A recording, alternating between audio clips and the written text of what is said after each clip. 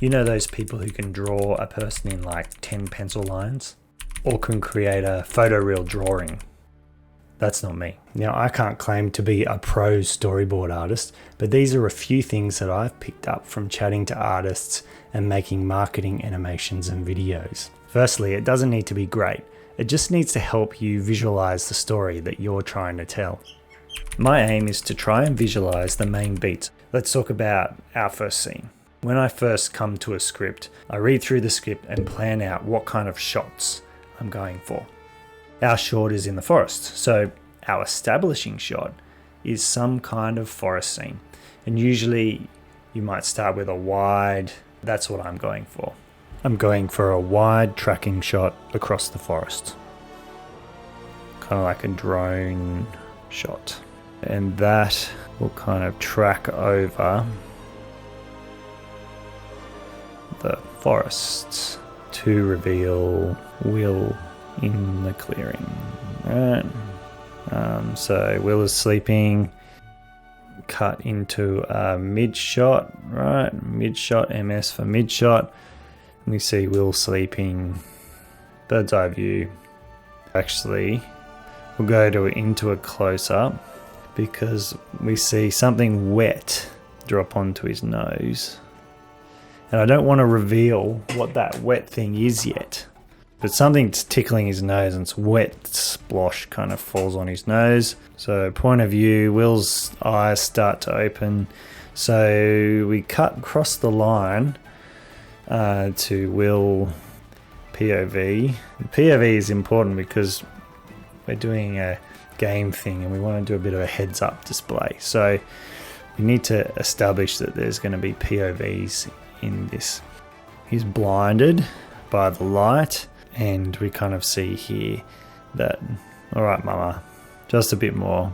I'll be up in a bit. So he thinks he's still at home in his bed and his mum's trying to get him out of bed.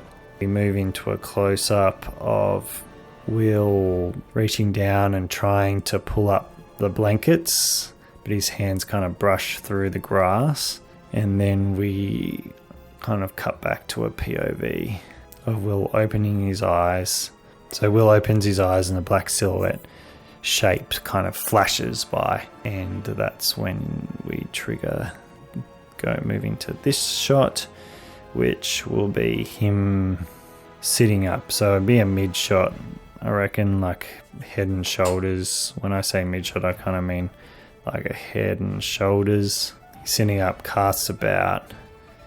We can do another POV here of him looking about the forest. Kind of cut back here to a wide-ish shot. We see like his full.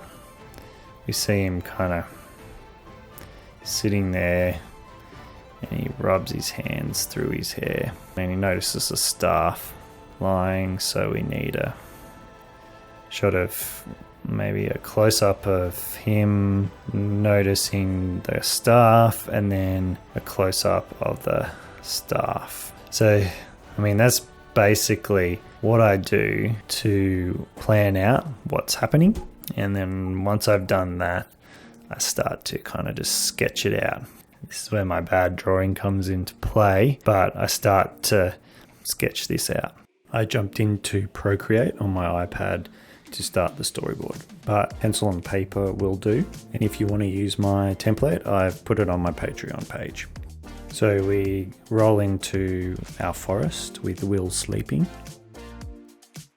Here I'm just playing around with the idea of the drop falling on his foot, and then, you know, his hands moving through the grass, and then him sitting up, casting about, looking around, POV, rubbing his head. So you can see my drawings aren't great. They're not even really that consistent. So that's basically the whole story storyboarded. I suppose some advice for you if you're doing your own storyboarding is to learn about shots. So when's a close-up used? When's a wide shot used? How to use a sequence of shots to tell a story.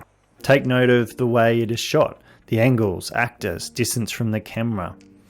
If you're doing a chase scene, what do chase scenes look like in movies? Next week, we're going to talk about animatics. And it's here that we actually start seeing what's missing from our short. What things do we need to add? See you next week.